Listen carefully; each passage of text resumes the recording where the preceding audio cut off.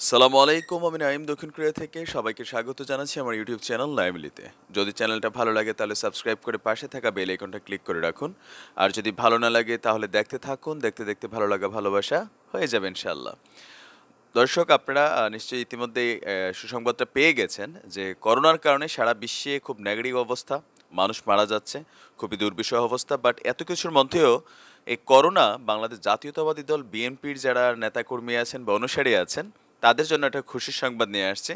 সেটা হচ্ছে যে আজকে অলরেডি খালেদা জিয়ার মুক্তি পাওয়ার জন্য যত ধরনের প্রসেসিং আছে, এটা আমি যখন এই ভিডিও করছি হয়তো প্রসেসিং চলছে, তিনি হয়তো আজকেই বের হয়ে যাবেন। আর যদি আজকে টোটাল কাগজপত্রের কাজ শেষ না হয় তাহলে তিনি আগামীকালকে মানে বুধবারে, আজকে আমি ভিডিওটা করছি মঙ্গলবার, বুধবারে সকালের দিকেই তার মুক্তি পাওয়ার সম্ভাবনা। আমার মনে হয় আজকে পেয়ে যাবেন, কারণ এই বিষয় সম্পর্কিত আমি যেটা খবর শুনেছি সময় টেলিভিশনের নিউজ, যে ফৌজদারির 401 কার্যবিধির ধারায় তিনি মুক্তি পাচ্ছেন। আর তার এই মুক্তির বিষয়টা নিয়ে আইন মন্ত্রণালয় থেকে একটা সুপারিশপত্র অলরেডি স্বরাষ্ট্র মন্ত্রণালয়ে পাঠানো হয়েছে, যেটা মেবি আজকের মধ্যে শেষ হয়ে যাবে। তবে তাকে আপনার দুইটা বিশেষ শর্তে এই মুক্তি দেওয়া হচ্ছে। আর এই মুক্তিটা হচ্ছে 6 মাসের জন্য তার সাজা স্থগিত করা হয়েছে।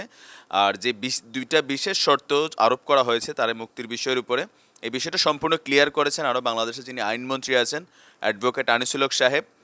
তিনি বলেছেন যে সাবেক প্রধানমন্ত্রী খালেদা জিয়া তিনি বাসায় যেতে পারবেন, তবে তিনি অন্য কোথাও গিয়ে কোনো চিকিৎসা নিতে পারবেন না। নাম্বার ওয়ান, তিনি বিদেশেও যেতে পারবেন না। তো এটার পেছনে তারা কয়েক কিছু কারণ দেখিয়েছে। কারণ যে এই মুহূর্তে তিনি যদি অন্য কোনো হসপিটালে যান তাহলে আবার যদি কোনো ঝামেলা হয় সেটা সরকারের উপর দায় পড়তে হবে, এটা একটা রিজন।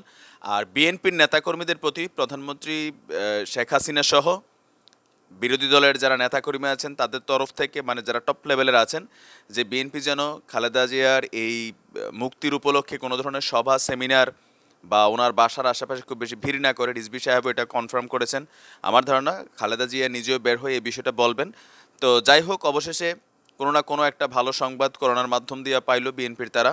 আর আমি ব্যক্তিগতভাবে আমি এটার জন্য বাংলাদেশ আওয়ামী লীগকে ধন্যবাদ দেই, প্রধানমন্ত্রী শেখ হাসিনাকে ধন্যবাদ দেই, যে আসলে রাজনীতিটা এমন হওয়াই উচিত। রাজনীতিতে রাজনৈতিকভাবে মোকাবেলা থাকবে, প্রতিহিংসা থাকবেই, তারপরে পারস্পরিক শ্রদ্ধাবোধ ভালোবাসার জায়গাটা যদি আমাদের সিনিয়র নেতৃবৃন্দ যারা আছে তারা করে দিতে পারে, তাহলে আমাদের মতন যারা আমরা জুনিয়র আওয়ামী লীগ করি, বিএনপি করি, আমাদের মধ্যে এই ভালোবাসার জায়গাটা আরও শক্ত হবে।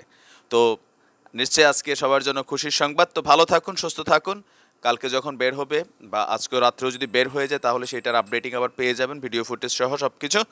আর করোনা থেকে আল্লাহ সবাইকে হেফাজতে রাখুক। আসসালামু আলাইকুম রহমতুল্লাহ।